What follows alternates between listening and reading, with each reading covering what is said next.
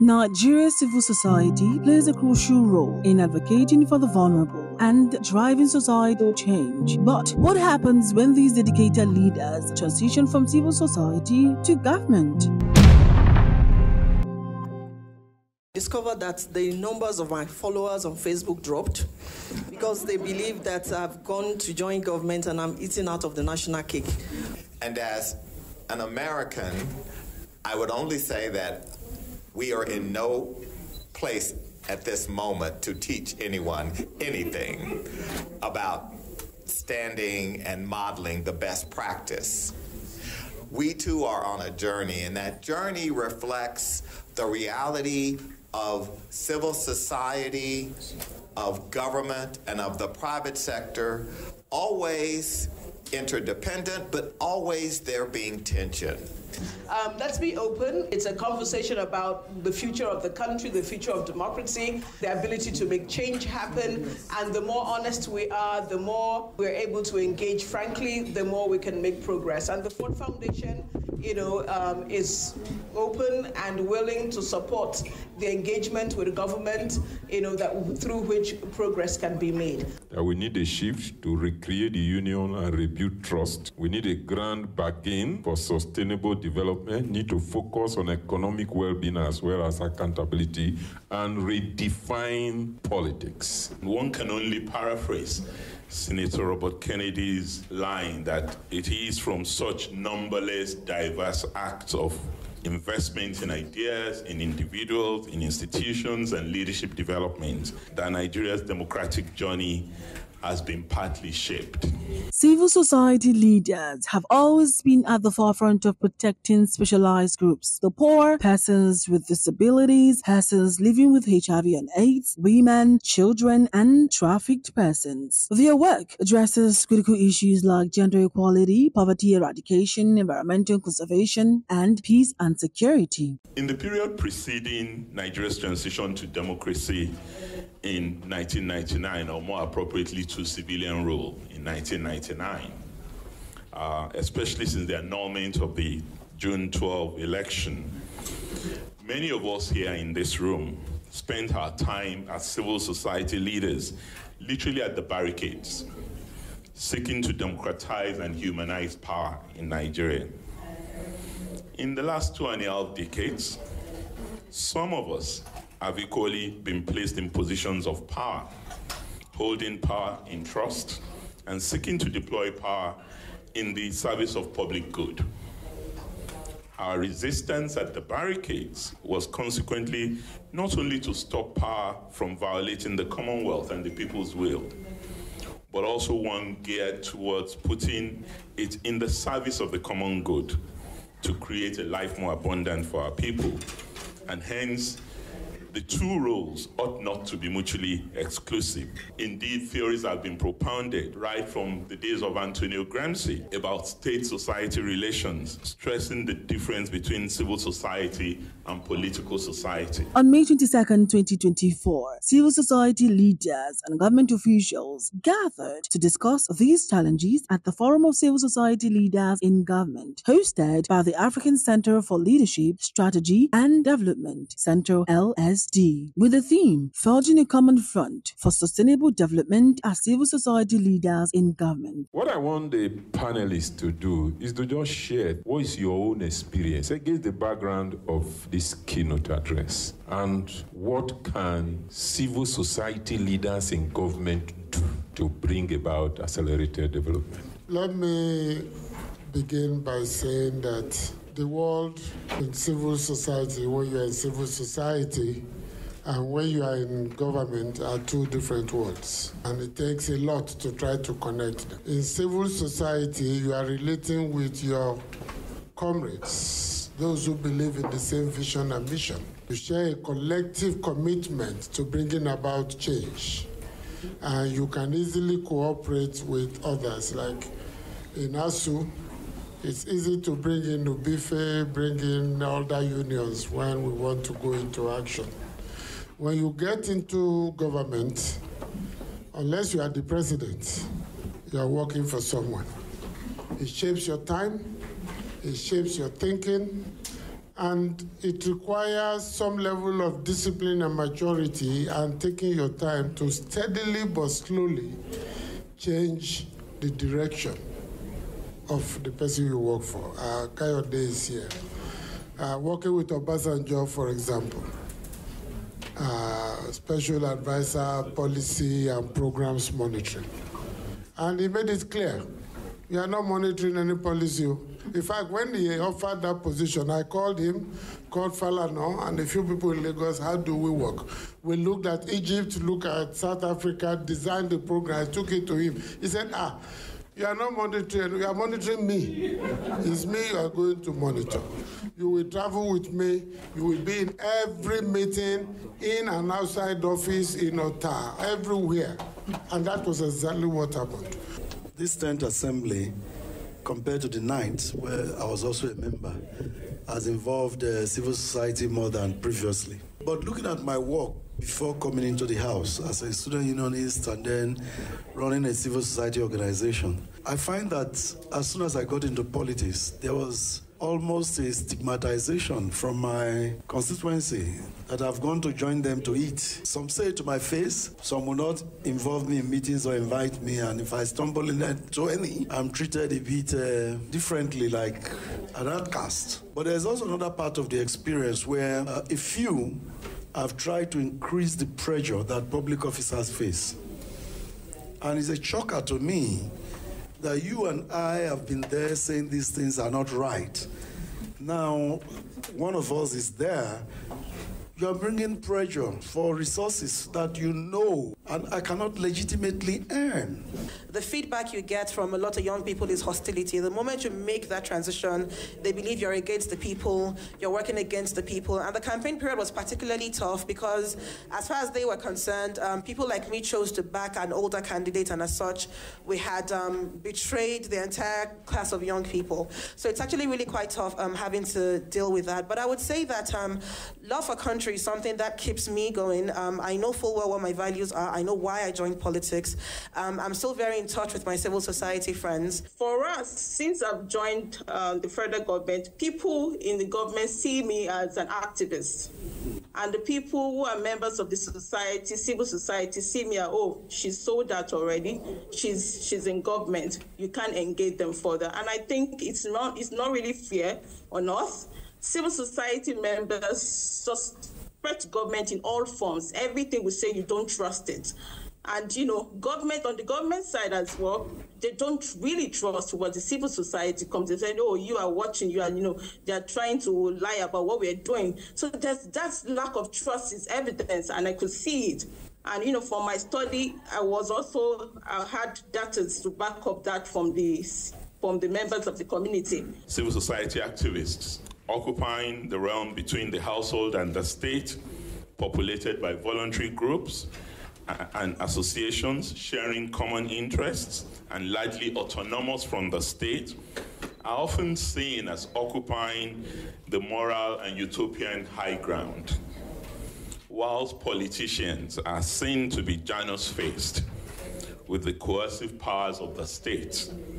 On the one hand, charismatic and visionary, but on the other hand, self-serving and opportunistic. The forum aimed to explore experiences, identify support mechanisms, and enhance collaboration between CSOs and government. One of the panelists said he has to use his network to mobilize resources to get the job done.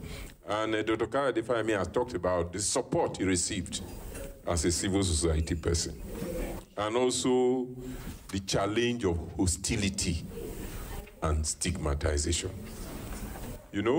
We shouldn't just go with listing the problems. What can we do?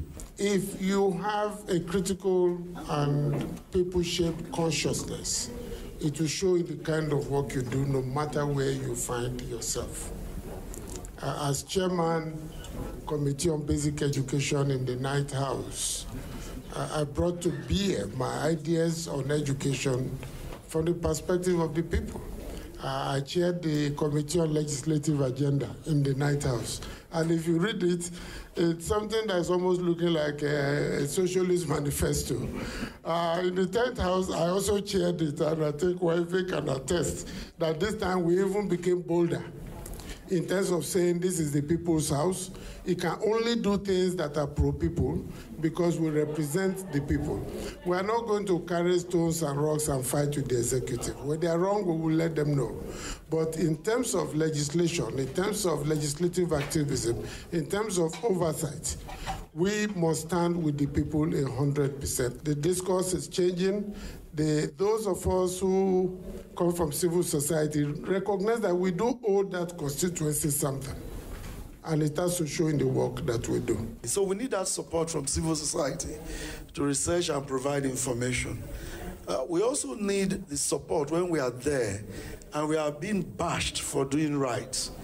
We need that critical mass that will come up to say what is being done is the correct thing, and we stand behind this position, and this person who is pushing for this must not suffer for the truth.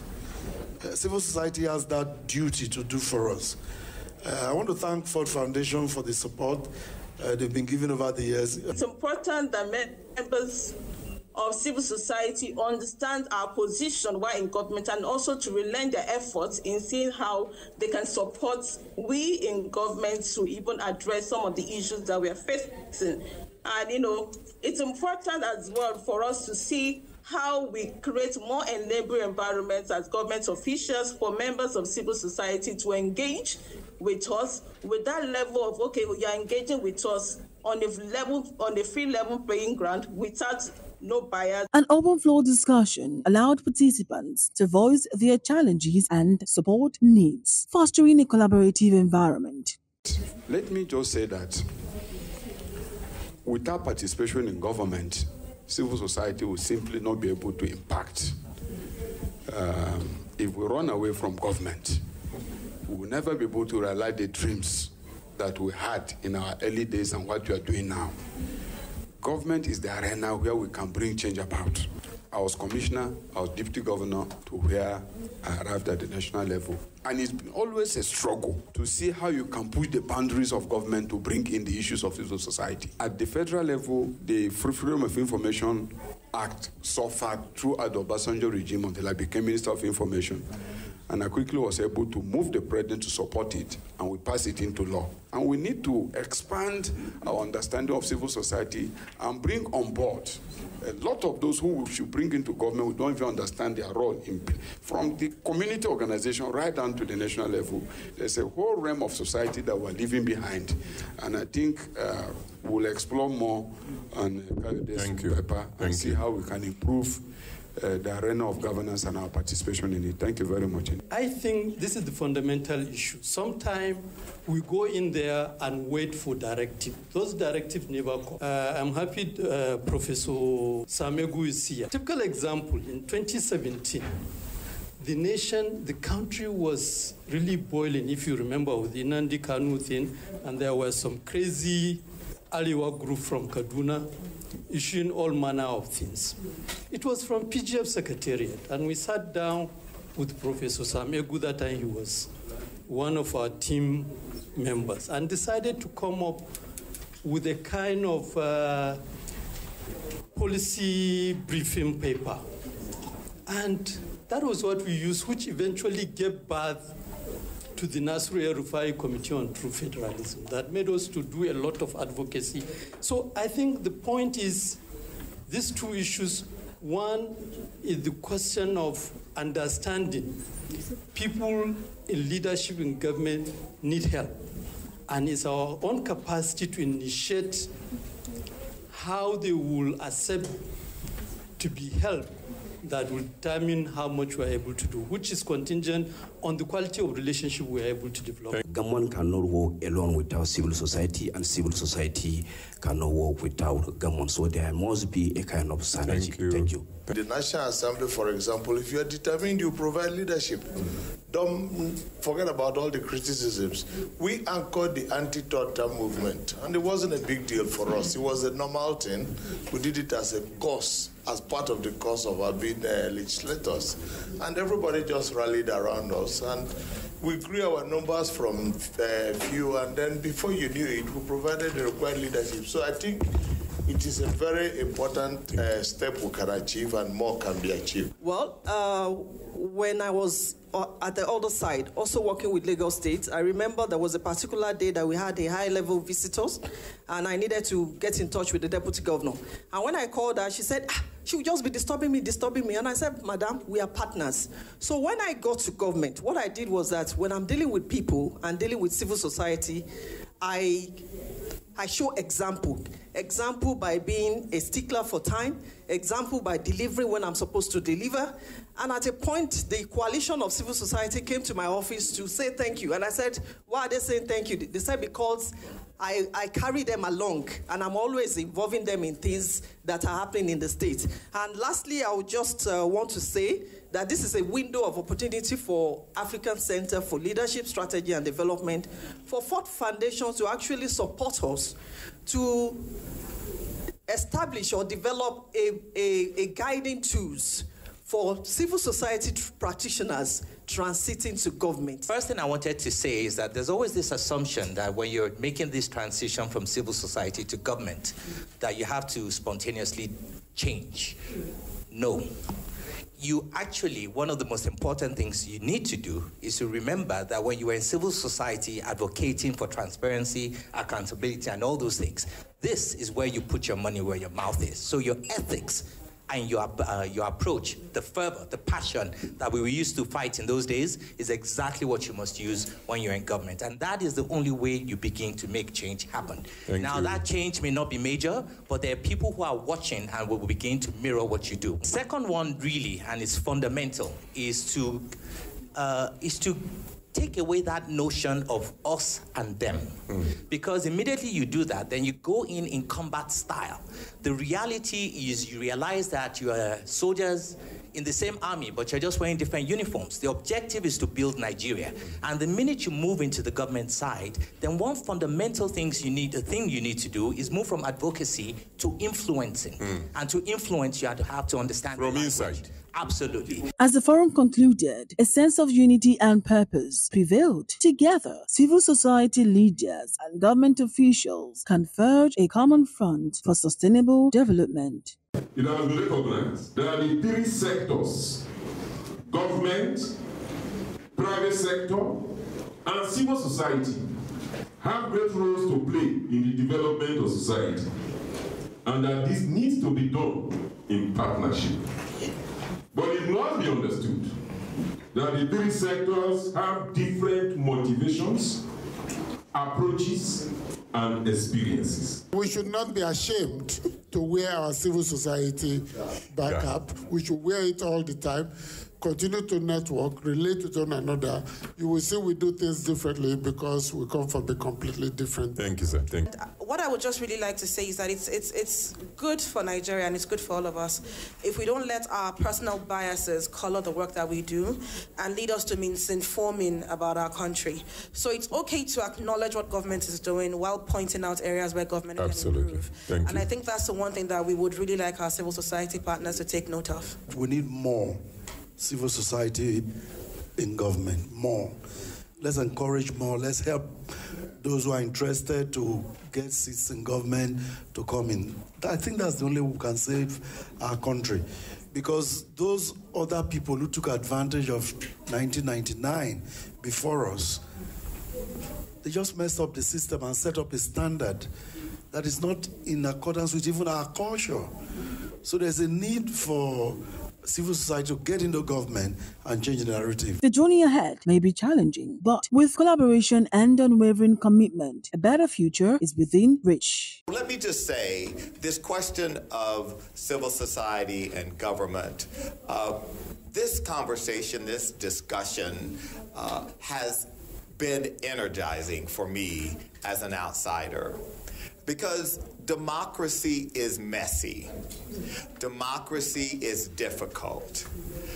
People have different opinions, perspectives, and come to the process of democracy making from different vantages, from different geographies, from different backgrounds. The question is, can leaders find paths to solve the people's problems? A vibrant democracy has three legs to a stool: civil society, the private sector, and government. Each of those legs of the stool needs to be functioning in order for democracy to work. And if any one of those is not, it puts the entire enterprise of democracy at risk. And there is an interdependency. So you can have the best civil society on the continent.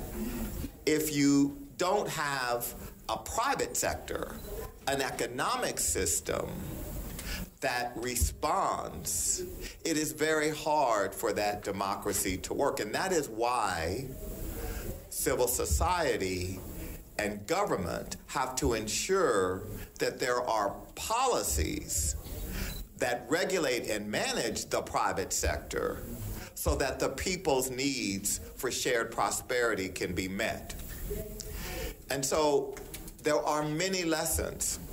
And as an American, I would only say that we are in no place at this moment to teach anyone anything about standing and modeling the best practice.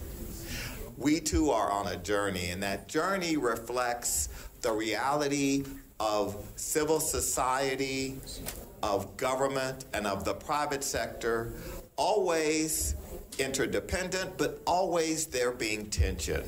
And that tension can be healthy and can be productive. But the issue that I have heard repeatedly, the narrative about government being a place where you go to steal, being a place that is corrupt, is itself corrosive and has to be taken on head on. And when there are examples of that, there have to be mechanisms to rid it out of the system. Otherwise, people are cynical and lose respect for and lose confidence in government. The one thing I will say on behalf of all my colleagues is that we have great confidence in civil society in this country.